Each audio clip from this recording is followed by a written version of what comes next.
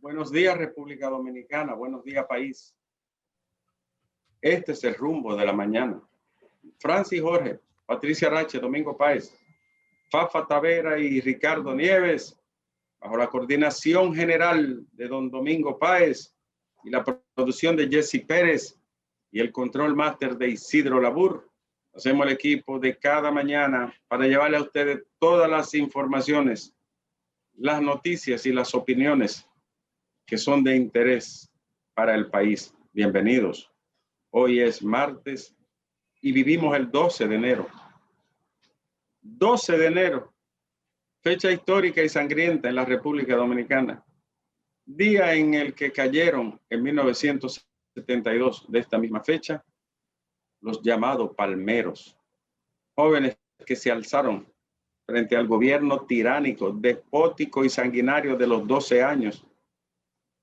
Terminaron en la cueva famosa de Agua Loca, como le llaman en las Américas. Y allí durante horas y horas, repeliendo actuación de la policía y miembros del ejército, finalmente cayeron después de largas jornadas de combates y batallas frente a las hordas del balaguerismo de los 12 años y su estela de sangre y horror. A Mauri Germán Aristi, bienvenido Leal Prandi, Ulises Cerón Polanco y La Chuta, como se le conocía, conformaron un cuarteto de jóvenes que pusieron al país en vilo durante mucho tiempo y horas, a sabiendas de que serían acribillados por las fuerzas del balaguerismo de entonces.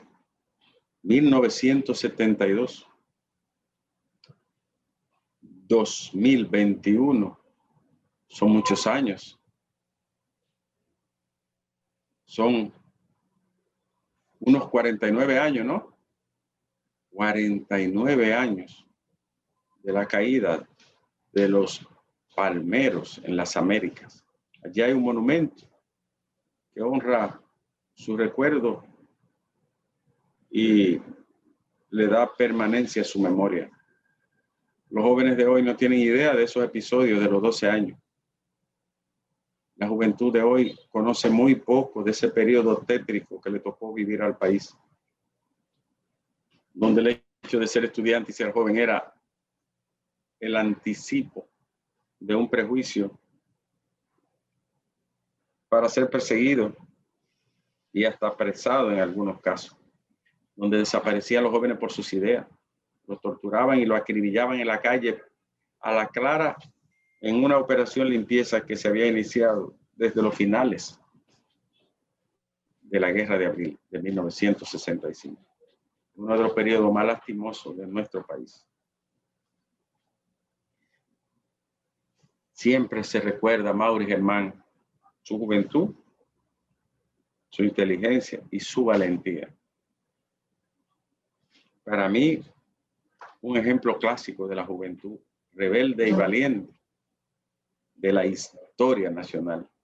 Si hubiese nacido en el siglo XIX, a principio de él hubiese acompañado a los febreristas que acompañaron a Duarte, porque son gente de ese estirpe.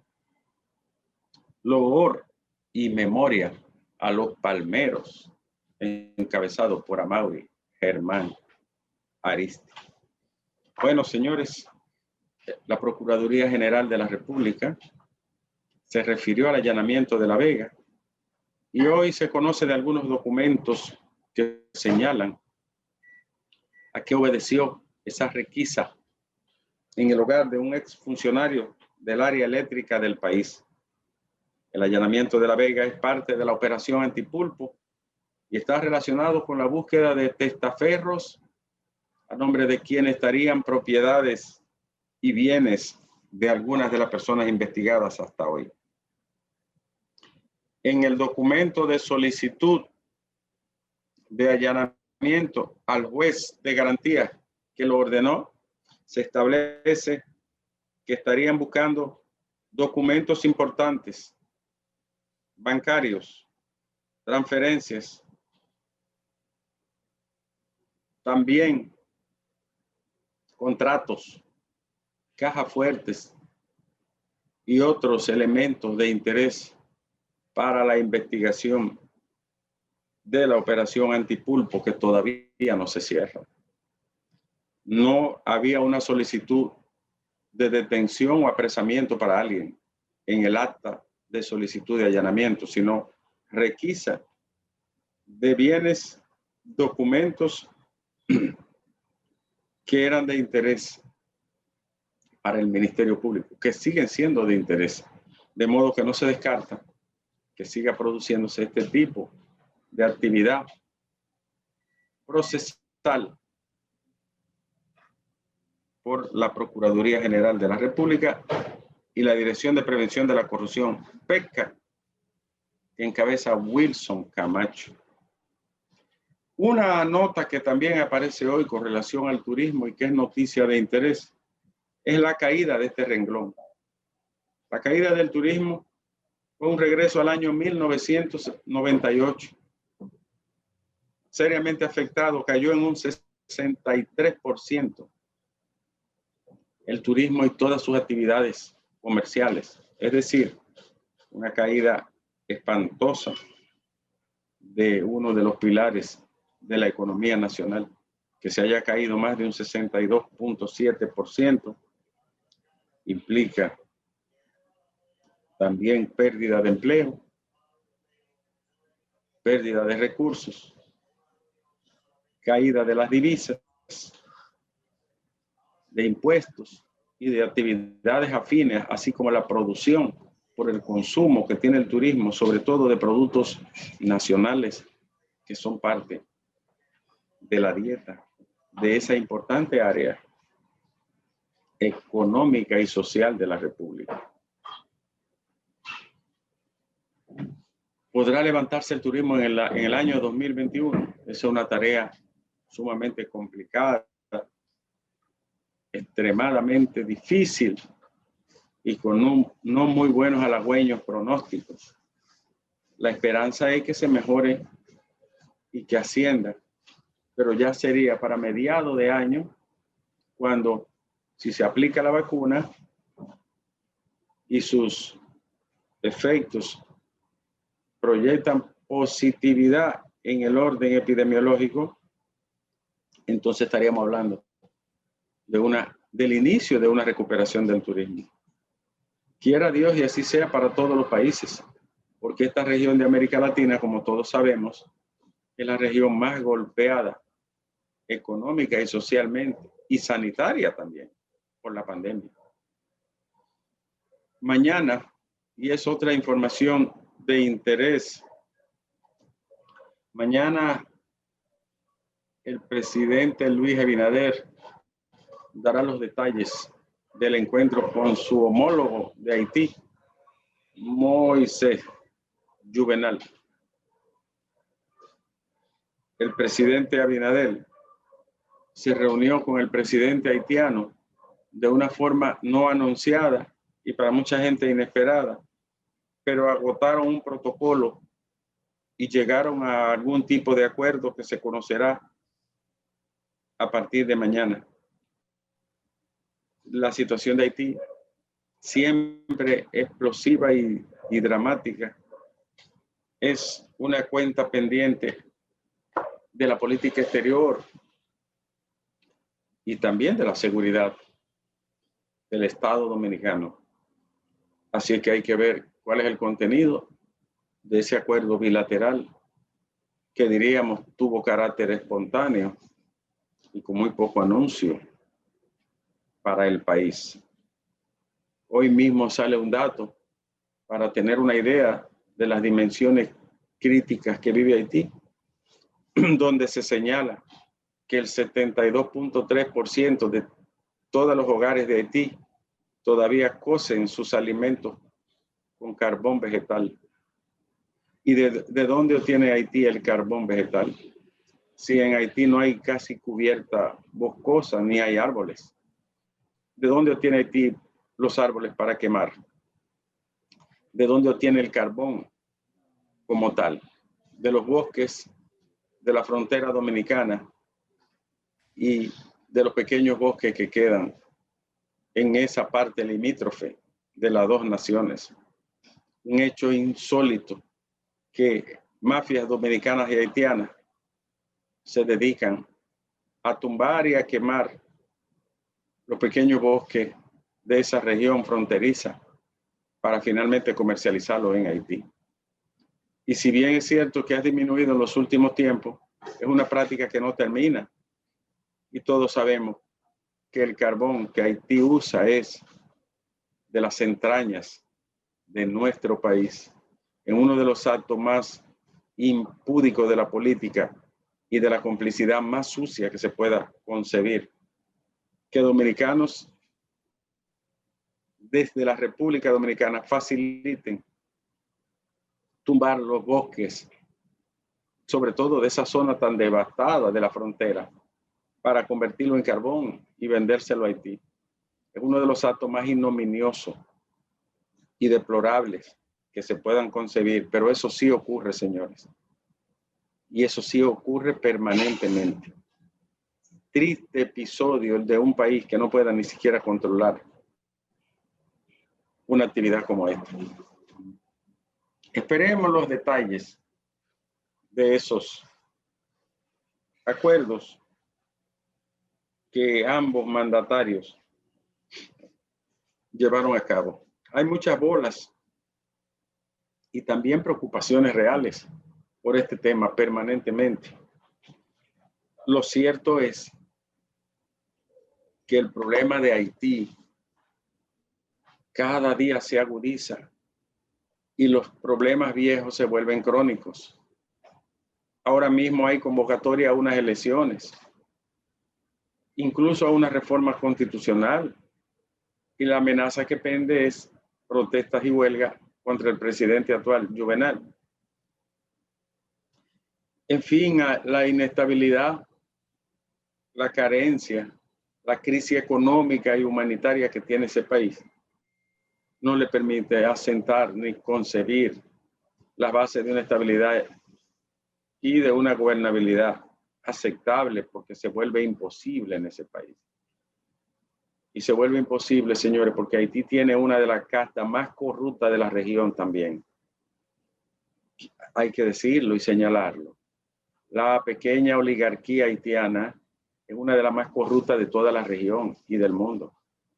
No le importa su pueblo, no le importa su país.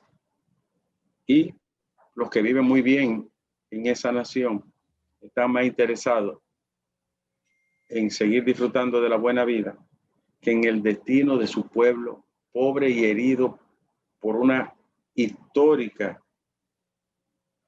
dependencia de la caridad exterior y de la salida de sus ciudadanos a diferentes países, especialmente a la República Dominicana. Es un país que expulsa a sus propios nacionales, de los pocos países del planeta que expulsa a sus propios nacionales de manera directa e indirecta. Y lo hace porque es un país que no tiene capacidad ni siquiera de dotar de documentación a las personas que nacen allí.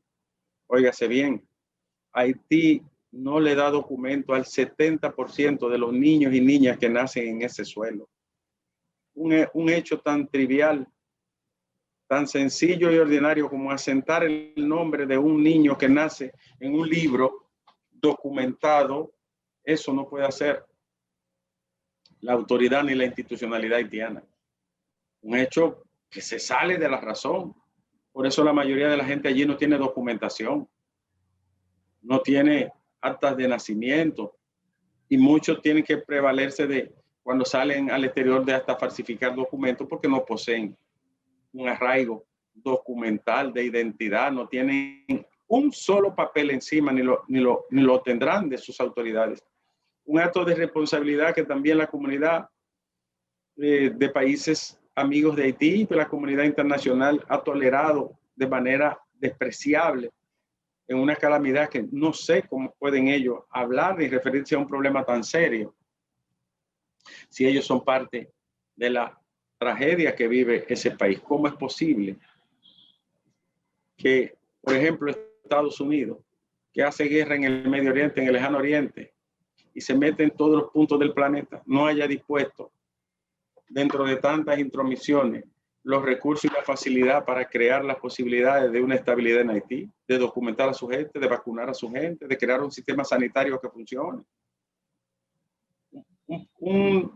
Una nación que se va a 12.000 kilómetros de distancia a Afganistán y le hace una guerra, no es capaz de agarrar a un país vecino y ayudarlo, por ejemplo, a establecer el mecanismo de obtención de documentación y de registro estadístico de ese pobre país. Y hablo de Estados Unidos por todo el poder que tiene, por su historia de intromisión y por todos los recursos que detenta, recursos económicos. Con un día de guerra en Afganistán o en Siria o en el Medio Oriente cualquiera, con un solo día, el costo de un día de guerra pudiera resolver los problemas de documentación de Haití. Ah, pero no lo hacen. Y ese es uno de los problemas que tiene la República Dominicana, que mucha gente cree que el problema de Haití tiene que estar también soliviantado por la República Dominicana, un país también pobre y con muchísimas carencias. Lo de Haití es un drama que hiere la razón y que espanta, señores, la racionalidad. ¿Cómo es posible que se haya dejado llegar a esa nación, a ese punto, a ese extremo? ¿Cómo es posible que se haya dejado 11 millones de seres humanos caer en esa situación por parte de una comunidad internacional que en todo se mete, que todo quiere promoverlo, que en todo está metiendo las narices? Sin embargo, en ese drama humano que sí necesita de manera urgente, hace tiempo, ayuda, soporte y solidaridad, no lo hacen efectivamente ni eficientemente. No lo hacen humanamente. Entonces la mayor carga es una realidad. La mayor carga está sobre las espaldas y los costados de la República Dominicana, porque al ser un país con frontera común, ellos encuentran la posibilidad de migrar y lo van a hacer aquí. Y cualquier otro ser humano hiciera eso. Cualquier otro ser humano en esas condiciones migrara de la misma manera y buscara dónde poder alimentarse y comer. Eso es común, eso es biología pura. Ahora bien, a quien le corresponde poner reglas, orden y control es a la República Dominicana. Sin embargo, hay sectores que lo que han hecho es aprovecharse de esas fracturas y debilidades y de ese problema histórico. Algunos, como los poderosos y algunos oligarcas, explotan su mano de obra y los contratan en condiciones laborales muy ventajosas para ellos. Otros viven del tráfico de seres humanos. La República Dominicana es uno de los países del continente donde hay más tráfico de seres humanos. Cada año se registra así, porque es un negocio también. Y ambas actividades son indignas y afectan la dignidad y también afectan el presente y el futuro dominicano, porque ¿qué pasará en el tiempo? ¿Cuántas personas nacerán? ¿Cuánto podremos soportar? ¿Qué cantidad realmente va a tolerar la República Dominicana? ¿En qué capacidad estaría de darle derechos y servicios a una población hambrienta, en condiciones tan tétricas de pobreza extrema? ¿Qué pasará con esos niños que nacen y que a la luz de nuestra legislación no son dominicanos, porque la ley dice que no lo son, pero se quedan aquí, viven aquí y hacen vida aquí? ¿Qué usted va a hacer con ellos en el tiempo? O sea, le va acumulando un problema mayúsculo a la República Dominicana para que un pequeño grupúsculo se haga multimillonario en un negocio sucio, turbio, de lesa humanidad en algunos casos, como el tráfico de seres humanos. Todos sabemos aquí las mafias que traen las parturientas, las mafias que traen a esas personas a parir en las maternidades dominicanas. Eso no viene al azar ni es espontáneo. Eso es una programación de gente que se dedica a eso. ¿Qué pasará con el tiempo de esas personas aquí? ¿Qué ocurrirá? No le importa. Y el Estado dominicano, en sus diferentes periodos de gobierno, ha sido extremadamente irresponsable y ha sido ruin también. Y nunca ha tenido propiamente con sostenibilidad en el tiempo y ejecución propia de una política que pueda ser considerada sustentable en términos de migración, comercio y política exterior. Siempre ha sido un dejar hacer y un dejar pasar. Y el problema cada día crece más. y se multiplica. Pero mientras le esté favoreciendo a los poderosos del sector agropecuario, de la construcción y de otras actividades afines, no importa, porque al final la oligarquía solo piensa en su ganancia y en su renta, y el capitalismo no tiene ni patria. El capitalismo no tiene suelo, el capitalismo no tiene patria, el capitalismo no tiene bandera, ni tiene himno, ni le importa nada de eso. La bandera de ellos es la ganancia económica. Pero al final, este problema nos afectará a todos y estará de una u otra forma afectando el desenvolvimiento del país en muchos órdenes. Hay tiempo para una política verdadera de control migratorio, no este caos. Hay tiempo para una política sostenida en el tiempo, no reactiva. Hay tiempo para una política que afiance los lazos de solidaridad y hermandad, pero guardando la distancia que el derecho internacional prevé y que la política migratoria del país debe concebir, aplicando la ley, incluso de orden laboral. Sí hay tiempo, pero hay vocación y voluntad. Tiene el presidente actual esa vocación y esa voluntad. Eso está por verse. Nunca ha ocurrido así en los últimos tiempos. Todos han sido amagos fallidos y la mayoría de las veces acciones frustradas no llegan a ninguna parte. Ojalá haya un camino de avenimiento, pero con aplicación de la ley, con aplicación de la norma, con regulación real de los flujos migratorios que afectan verdaderamente al país, que le afectan en el presente y le afectarán mayormente en el futuro. Ojalá haya una política definida de respeto a los derechos fundamentales y humanos, pero de aplicación de las normas rigurosas de la Constitución y de las leyes adjetivas como la ley de migración, la ley general de migración y la ley de trabajo. Es posible que eso ocurra.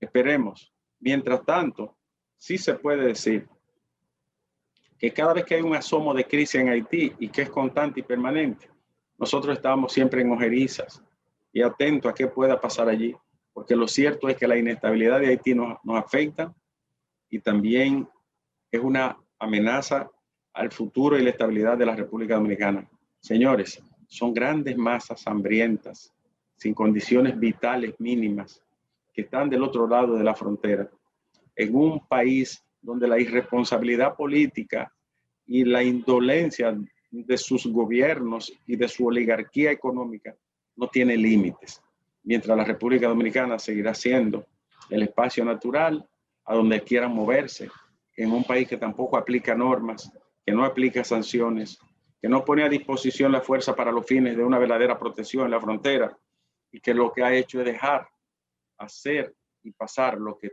todos los gobernantes, casi sin excepción, hicieron en el pasado. Es decir, no haber hecho casi nada, ni aplicar ningún tipo de ley, ni establecer una política a largo plazo, sino reactiva, momentánea y según el color de la alarma que produzca en un momento determinado.